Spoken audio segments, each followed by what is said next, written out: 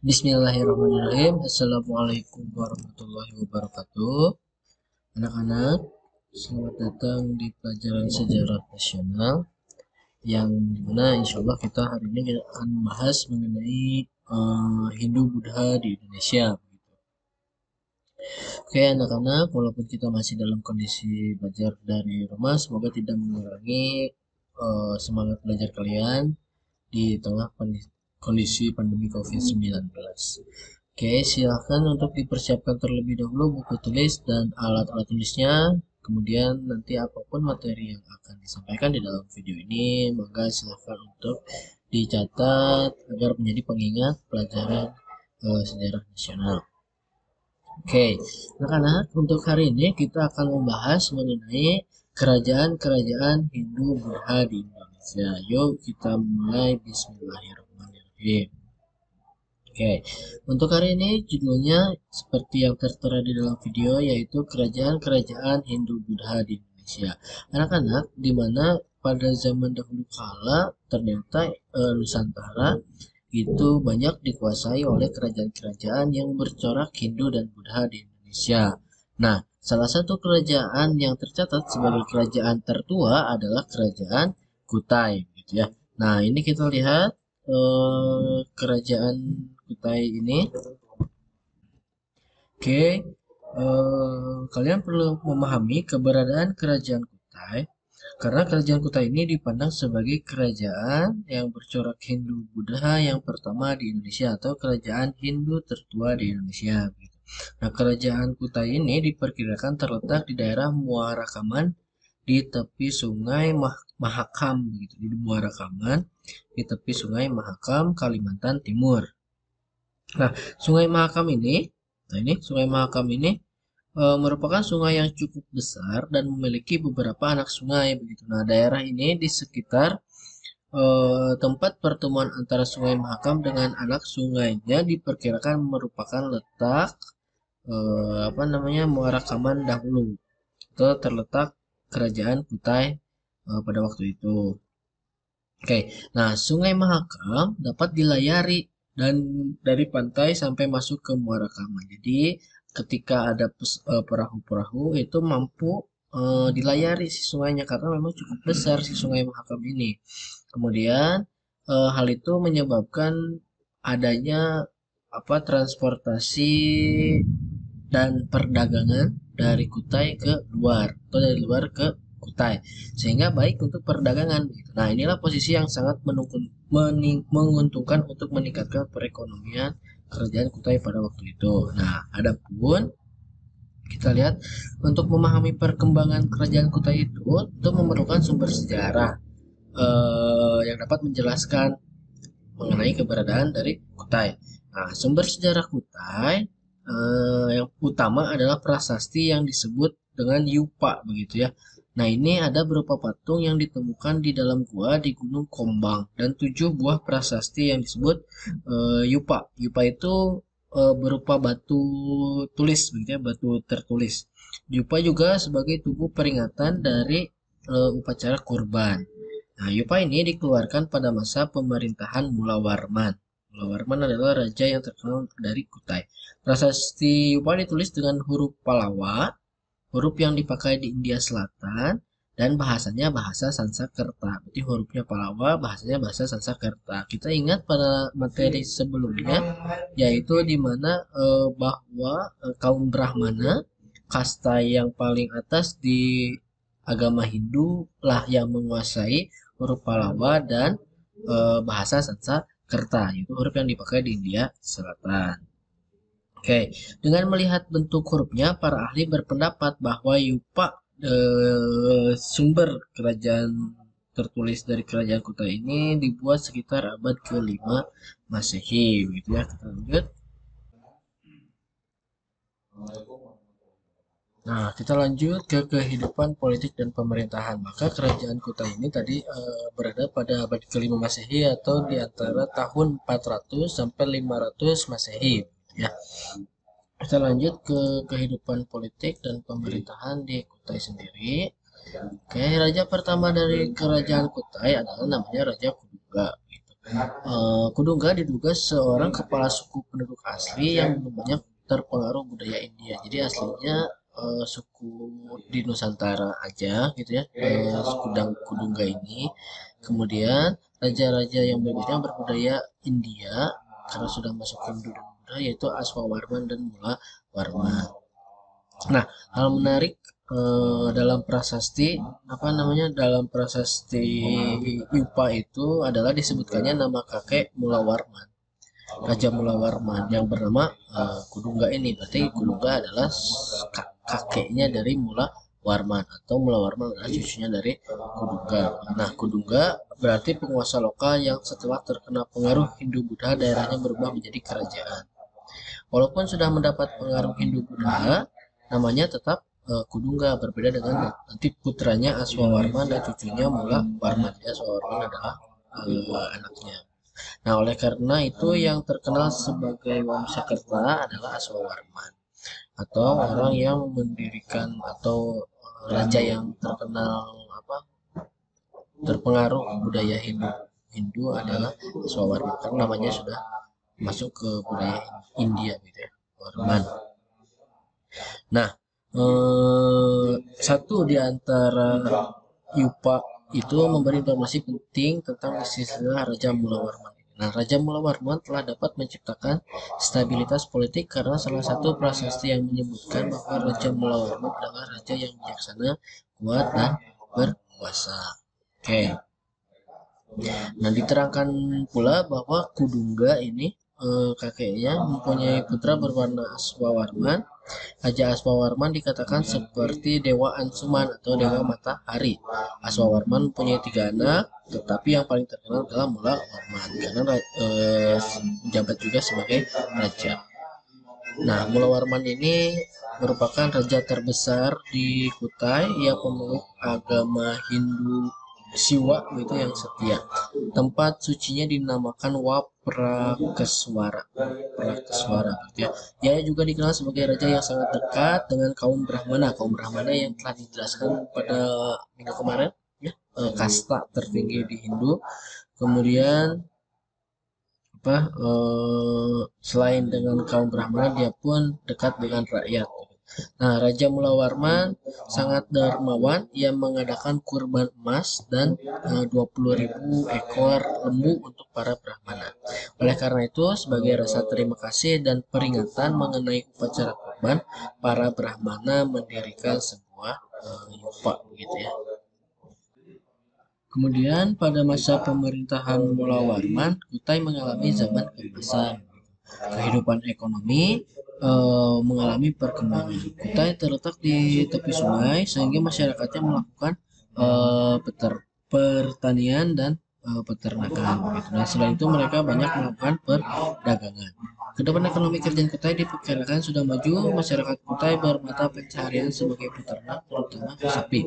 Mata pencaharian lainnya adalah bertani dan berdagang. Nah, jalur lalu lintas perdagangan lokal saat itu diperkirakan sudah memanfaatkan jalur sungai Mahakam. Nah, jalur dagang dengan luar ini bisa dikatakan jalur perdagangan internasional begitu. Dari India melewati Selat Makassar, terus ke Filipina dan sampai ke Cina. Dalam pelayarannya dimungkinkan para pedagang itu singgah terlebih dahulu di Kutai. Dengan demikian Kutai semakin ramai dan rakyat hidup makmur. Gitu. Itu adalah kerajaan mengenai Kutai. Kita akan lanjut ke kerajaan selanjutnya. Nah, kerajaan selanjutnya anak-anak yaitu kerajaan yang memiliki sejarah tertua yang berkaitan dengan pengendalian banjir atau bencana banjir pada sistem irigasi atau pengairan, yaitu kerajaan Tarumanegara. Nah, kerajaan Tarumanegara ini bisa dikatakan adalah kerajaan yang pada waktu itu dapat mengendalikan banjir di wilayah Jakarta saat ini.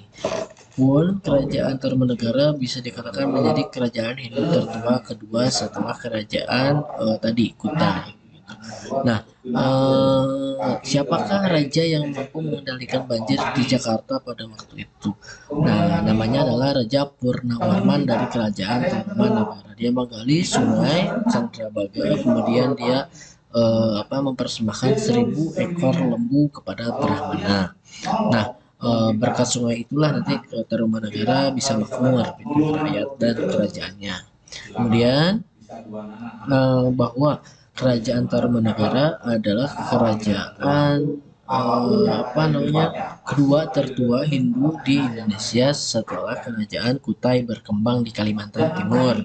Nah, di Jawa bagian barat muncul Kerajaan Tarumanagara. Kerajaan ini terletaknya tidak terlalu jauh dari pantai utara Jawa bagian barat, atau terletak di antara Jakarta, Karawang dan sebagainya, gitu ya, di Jawa Barat bagian utara. Kemudian berdasarkan prasasti-prasasti yang ditemukan, letak pusat Kerajaan Tarumanagara diperkirakan berada di antara Sungai Citarum dan Cisadane.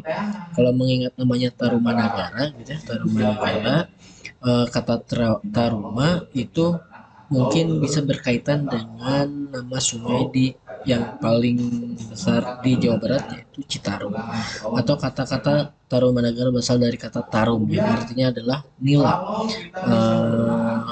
dari bahasa sungai yang ada di Jawa Barat itu Citarum. Kemudian berdasarkan prasasti Tugu, Purbacaraka memperkirakan pusatnya ada di daerah Bekasi. Oke, kita masuk ke sumber sejarahnya. Sumber sejarah Tarumanagara yang utama adalah beberapa prasasti yang ditemukan. Berkaitan dengan perkembangan Kerajaan Tarumanagara ini, telah ditemukan 7 buah prasasti. Begitu prasasti ini memiliki huruf Palawa dan bahasa Sanskerta yang isinya disusun dalam bentuk syair tetapi tidak berangkat tahun. Adapun prasasti-prasasti yang berkaitan dengan Kerajaan Tarumanagara yaitu prasasti Tugu, kemudian ada prasasti Ciaruten, kemudian prasasti Kebon Kopi, kemudian prasasti Muara Cianten, kemudian prasasti Jambu, dan prasasti Cidang Hiang, dan prasasti Pasir Awi. Oke, itu ada beberapa prasasti-prasasti yang menceritakan mengenai Kerajaan Tarumanagara. Oke, kemudian yang kedua ada dari kronik dinasti Tang yang bersumber dari seorang musafir Cina, Faxien, yang datang ke Jawa Barat pada tahun 414. Kemudian arca-arca peninggalan Kerajaan Tarumanagara, yaitu arca Rajasi dan 2 buah patung Wisnu dan Cibuya. Oke, kita masuk ke kehidupan politik dan pemerintahan di Tarumanagara. Nah, beberapa prasasti menyebutkan nama Purnawarman sebagai raja dari Tarumanagara yang gagah berani. Nah, Kerajaan Tarumanagara sering mengirimkan utusannya ke negeri Cina, menunjukkan bahwa Kerajaan Tarumanagara telah menjalin kerjasama dengan berbagai negara tetangga termasuk Cina dan India.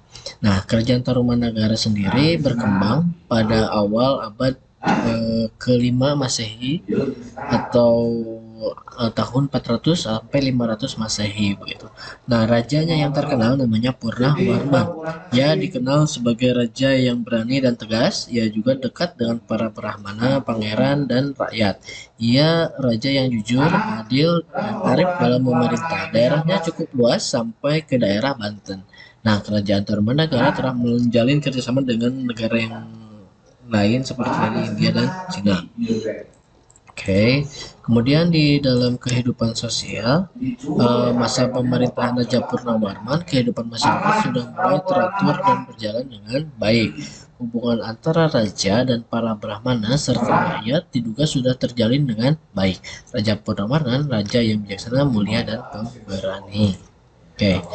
Kemudian di dalam segi ekonomi, Kerajaan Tarumanagara mempunyai mata pencaharian di bidang pertanian, peternakan, pelayaran, perburuan, pertambangan, perikanan, dan perdagangan. Banyak sekali bagian-bagian mata pencaharian di Tarumanegara. Kemudian bidang pertanian sudah relatif maju, perdagangan lokal sudah berkembang dengan melewati jalur darat dan air. Kemudian komoditas ekspor dari kerajaan Tarumanegara berupa cula badak, gading gajah, emas, perak, dan alat-alat pertanian. Oke, nah ada yang beberapa hal yang kita akan bahas di Tarumanegara ini.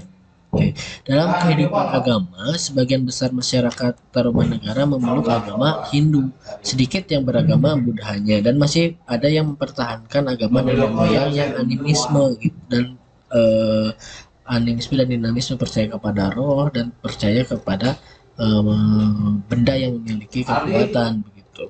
Nah, berdasarkan dari data Pahien tadi ya, nah ini Pahien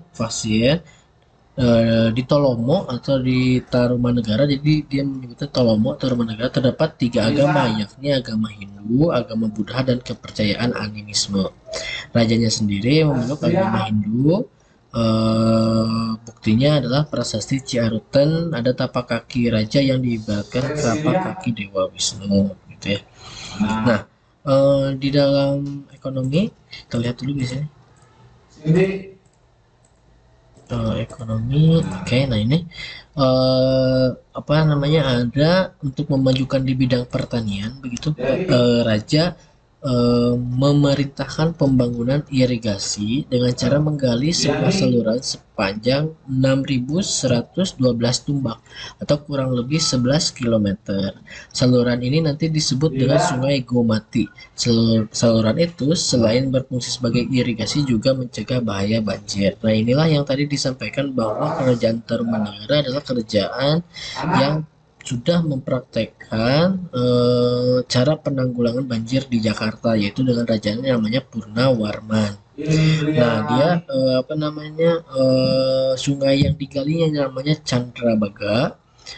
Kemudian apa namanya, hasil apa namanya,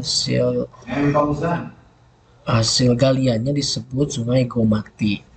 Kemudian setelah beres 11 km digali, kemudian dijadikan irigasi, pengendali banjir, kemudian dia mempersembahkan 1.000 ekor lembu begitu ya untuk kaum Brahmana. Begitu Raja Purnawarman di kerajaan Tarumanegara.